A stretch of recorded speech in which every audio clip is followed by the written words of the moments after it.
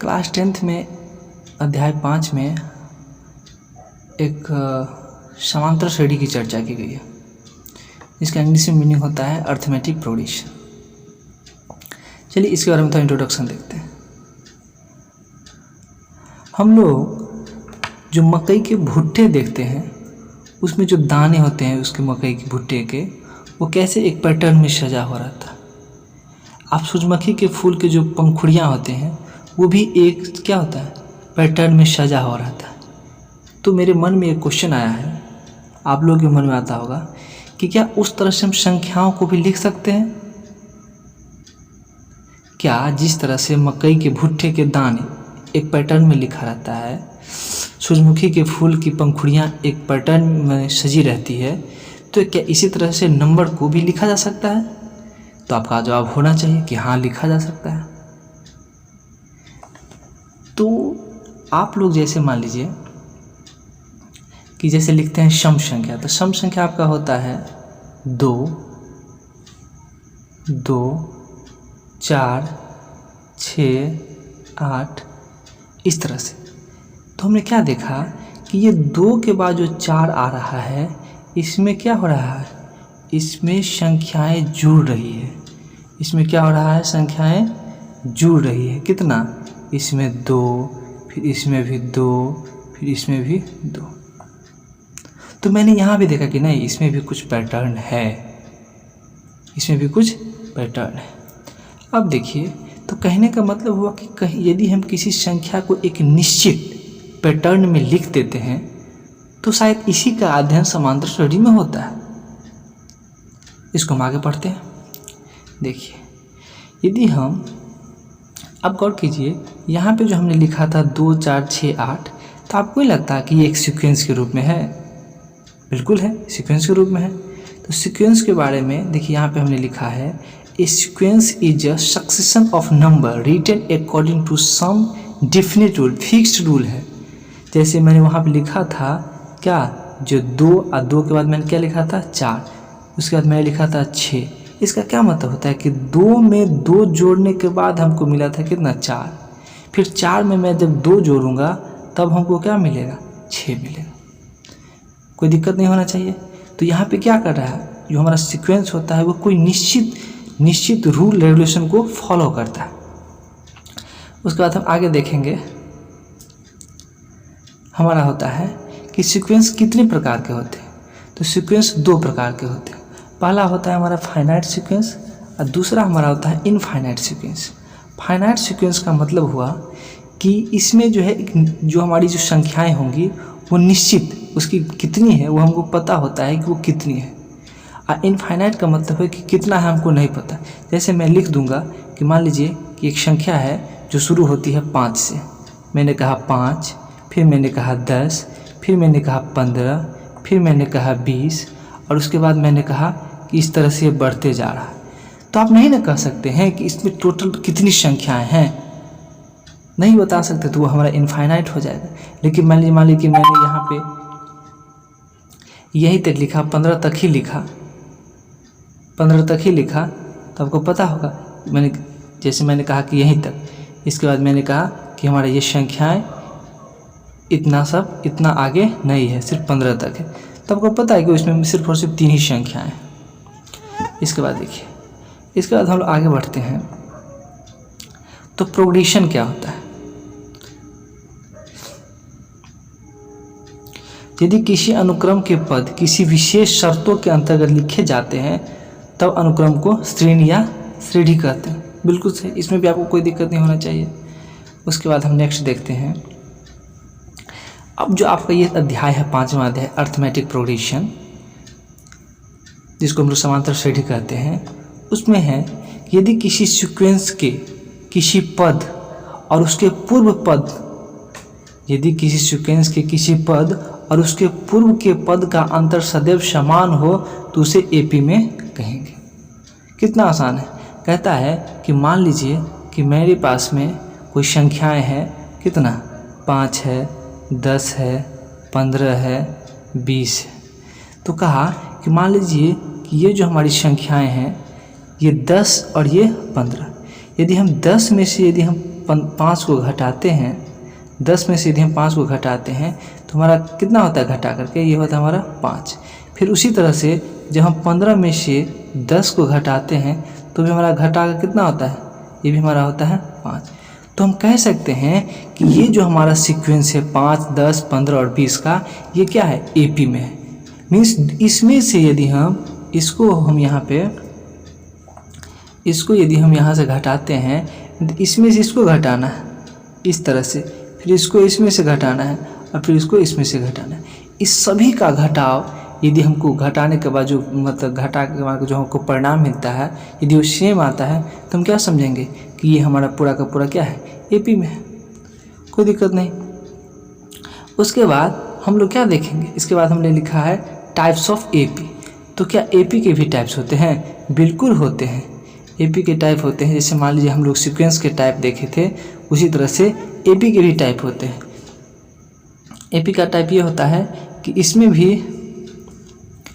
इसमें भी आपका पहला हो जाता है क्या, पहला होता है आपका फाइनाइट, क्या होता है, फाइनाइट होता है, और दूसरा आपका क्या हो जाता है, इनफाइनाइट हो जाता है। पहला फाइनाइट और दूसरा इनफाइनाइट, कोई दिक्कत मीन्स इसमें भी है कि यदि आपको पता है कि इसमें टोटल नंबर ऑफ कितना पद है तो आपको पता होना चाहिए कि कितनी संख्याएं हैं, तो ये फाइनाइट है, नहीं पता है तो इनफाइनाइट हो गया। उसके बाद हम लोग नेक्स्ट देखते हैं कि जैसे देखिए हमारे पास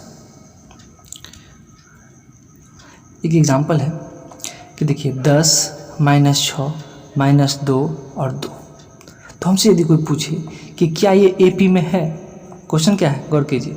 यदि हमसे कोई पूछे क्या ये एपी में है तो हम इसके लिए क्या करेंगे, इसको निकालने के लिए हम सबसे पहले -6 से -10 को घटाएंगे।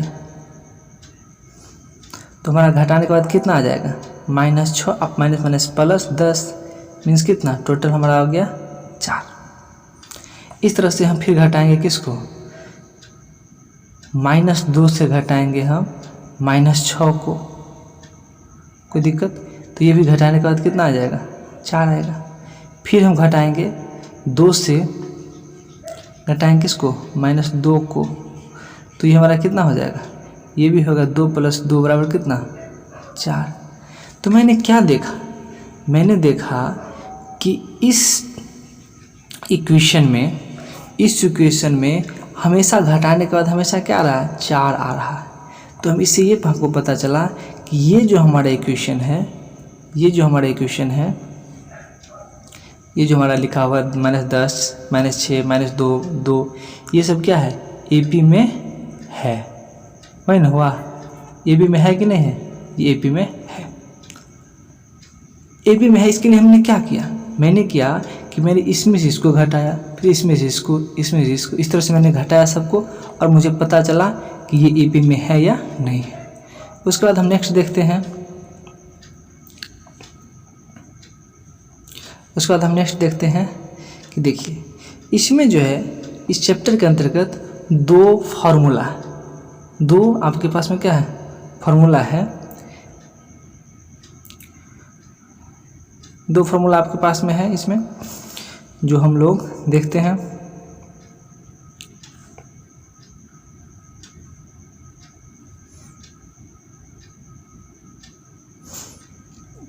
देखिए हमारे पास में 2 फार्मूला है यहाँ पे।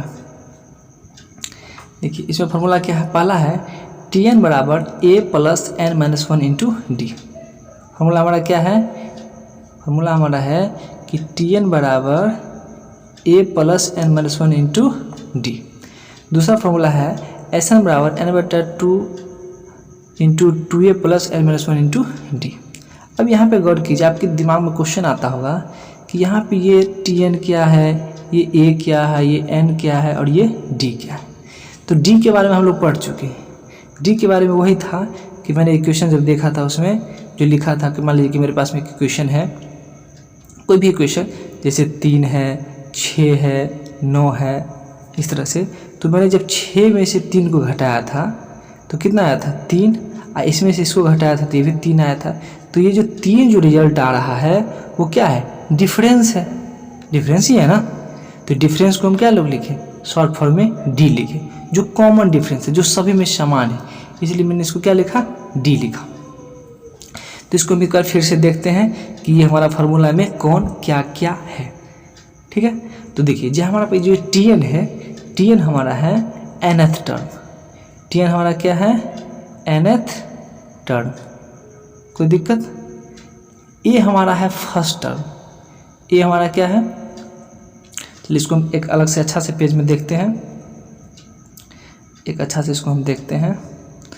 देखिए ये हमारा हो गया, हमारा जो ये हमने जो लिखा था ये फार्मूला Tn बराबर a plus n minus 1 into में कितना d।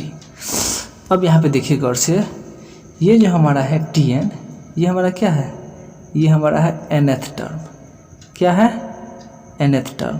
टर्म को क्या बोलते हैं, पद, टर्म को हिंदी में क्या बोलते हैं, पद। ये हमारा क्या है, प्रथम पद है, ये हमारा क्या है, प्रथम पद है। डी हमारा क्या है, ये हमारा क्या है, डिफरेंस है। कौन सा डिफरेंस, कॉमन डिफरेंस, ठीक है, जिसको हम लोग क्या बोलते हैं, सार्वधातुक बोलते हैं, इसको हम क्या बोलते हैं, सार्वधातुक बोलते। ये हमारा हो गया सार्वधातुक। उसके बाद इसमें हम लोग सब समझ गए, nth टर्म यहाँ पे था क्या, इसको बोलते हैं हम nवां पद, क्या बोलते हैं, nवां पद, nवां पद बोलते हैं, कोई दिक्कत। अब इसी तरह से देखिए, ये जो हमारा एक इक्वेशन था, एक इक्वेशन हम लोग सवाल एक देख लेते हैं, इससे हमको पता चलेगा कि हमारा क्या हम समझे क्या नहीं समझे। इसमें से देखिए एक सवाल देखते हैं, ये कहाँ गया हमारा एक सवाल, हाँ देखिए यहाँ से हम एक सवाल देखते हैं। अब देखिए यहाँ पे ये जो हमारा ये सवाल है, इसमें से यदि हमको ये पूछे कि ये 10 क्या है, तो 10 हमारा क्या है, ए है कि नहीं 10। ये हमारा 4 क्या था, ये हमारा डी है। इसमें n आप नहीं बता सकते हैं क्योंकि n जो है सो बढ़ रहा है, इनफाइनाइट सीरीज है ये, तो इसमें आपको n का पता नहीं चलेगा जो n इसमें कौन सा है। इसके बाद हम लोग एक दो क्वेश्चन देखेंगे, उससे क्लियर हो जाएगा कि इसमें क्या क्या है और क्या नहीं है। अब देखिए हमारे पास में एक सवाल है, एक सवाल कहता है कि निम्न प्रकार के परिभाषित अनुक्रम में प्रथम 3 पदों को लिखिए। आप कहता है 3 पदों को लिखने के लिए क्वेश्चन कहता है कि Tn बराबर n और n प्लस 1 है। तो इसमें हम लोग क्या करेंगे, n का मान रख सकते हैं कितना, 1 2 3 4 इस तरह से रख सकते हैं, नहीं रख सकते हैं। तो जब हम T1 लिखेंगे, क्या लिखेंगे, T1, तो इसका पहला पद क्या होगा, 1 इंटू 1 प्लस 1 होगा। तो ये हमारा क्या हो जाएगा, 1 इंटू 2 बराबर कितना, 2, समझा। उसके बाद देखिए इसी इक्वेशन में जब हम लोग n बराबर 2 में रखेंगे, n बराबर कितना रखेंगे, 2 रखेंगे, तो हमारा होगा T2 बराबर हो जाएगा हमारा कितना, इस n के जगह पे हम लोग रखेंगे क्या, 2, फिर रखेंगे 2 प्लस कितना 1, तो ये हमारा कितना हो जाएगा, 2 गुने 2 प्लस 1 कितना 3 बराबर कितना हो जाएगा टोटल 6। समझ, 3 पद कहता है। फिर हम लोग कितना लिखेंगे, T3 लिखेंगे, तो T3 लिखेंगे तो हमारा कितना हो जाएगा, 3 इंटू 3 प्लस 1, इसको बंद करेंगे तो ये हमारा हो जाएगा 3 और गुने 3 प्लस 1 कितना 4, मीन्स टोटल 12। मीन्स हमको कितना, पहला पद हमको मिला 2, पहला पद हमको कितना मिला, T1 हमको कितना मिला 2, फिर हमको मिला 6, फिर हमको कितना मिला 12। तो इस तरह से यदि Tn इस तरह से दिया हो, Tn बराबर n इंटू n प्लस 1 दिया हो, तो हमको कहेगा कि निकालिए आप T1 कितना होगा, T2 कितना होगा, T3 कितना होगा। तो हम इसी हिसाब से आराम से निकाल सकते हैं। बाकी जो आपका Tn वाला है इसको आप लोग अपने हिसाब से निकालिए, इसको आपको निकालना है। वैसे हम एक निकाल देते हैं, T1 निकाल देते हैं, बाकी आप लोग निकालिए, बाकी आप लोग निकालिए इसको। देखिए यदि समझने में थोड़ा दिक्कत हो रहा हो लिखने में, तो उसको थोड़ा जूम करके या फिर उसको जैसे रोक करके पीछे करके बैक करके आप फिर से उसको देख सकते हैं, समझे। अब देखिए हम इसको फिर से निकाल रहे हैं। इसका Tn बराबर दिया है तो T इसी तरह से हम इसको भी लिखेंगे, 1 लेंगे, फिर 2 लेंगे, फिर 3 लेंगे, इस तरह से। तो जब हम T1 लिखेंगे, क्या लिखेंगे, T1 लिखेंगे,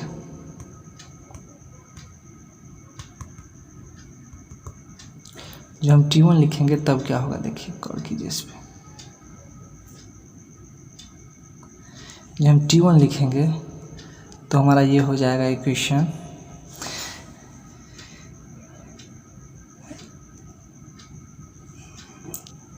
T1 लिखेंगे, T1 तो हमारा हो जाएगा ये n स्क्वायर, तो n का मान 1, तो 1 का स्क्वायर बट्टे में कितना 1 + 1, तो कितना हो गया 1/2। पहला हमारा 1/2 हो गया।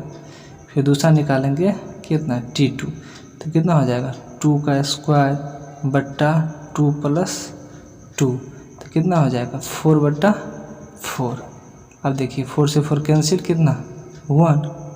इसी तरह से हम क्या निकालेंगे, T3 निकालेंगे, तो ये होगा 3 का स्क्वायर बट्टा 3 + 2, तो ये हो गया आपका 9 और बट्टा में 5। तो हमको क्या क्या मिला, हमको मिला इसमें, हमको इसमें क्या क्या मिला, हमें मिला इसमें पहला मिला हमको 1/2, फिर हमको मिला 1, फिर हमको मिला कितना 9/5। इस हिसाब से हम आराम से इसमें सवाल का आंसर निकाल लिए। अब उसके बाद देखिए हम आगे देखते हैं। एक सवाल है हमारा कि एपी है, एपी में है ये 20, 25, 30, 100 में कितने पद है। आप देखिए किसमें पूछ क्या रहा है, कितने पद है, डॉट डॉट है, पूछ रहा है इसमें पद की संख्या कितनी है। तो पद की संख्या जो पूछ रही है तो इसका सीधा सा मतलब है कि हमको इसमें क्या चाहिए, हमको इसमें पूछ रहा है ये कि n कितना होगा, n बराबर कितना होगा, ये हमको इसमें से पूछ रहा है। तो n के लिए हम क्या करेंगे, हमारे पास में एक ही फार्मूला है, कौन सा, Tn बराबर, फार्मूला क्या है, Tn बराबर हमारा है a + n - 1 इंटू में क्या d है। तो Tn हमको पता है,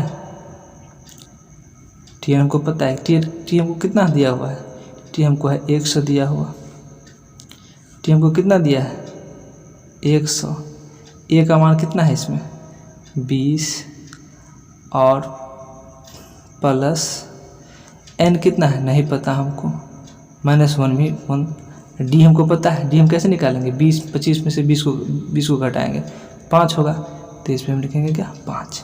अब देखिए ये हमारा हो गया 100 बराबर 20 प्लस, देखिए 5 को जब n से गुना करेंगे तो कितना होगा 5n और माइनस कितना 5। अब देखिए यहाँ पे हमारा 5 हो गया, यहाँ पे इस दोनों को करेंगे तो 15, अब 15 को इधर ले जाएंगे तो कितना हो जाएगा हमारा 100 माइनस 15 बराबर कितना 5n। तो हम लिख सकते हैं 5n बराबर कितना, 5n बराबर हम लिख सकते हैं आराम से 85। कोई दिक्कत। अब देखिए ये जो हमारा है 85, तो इसमें हम n का मान यदि निकालते हैं,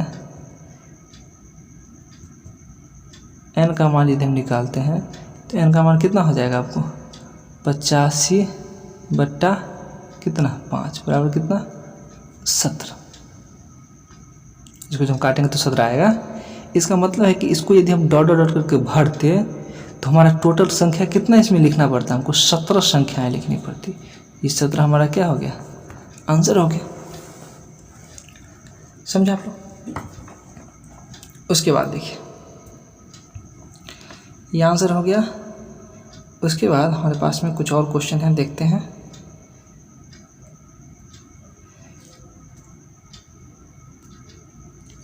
अब देखिए हमारे पास में जो ये क्वेश्चन है 99 plus 95 plus 91 plus 87 plus dot dot dot dot dot 20 पदों तक का योग ज्ञात करें।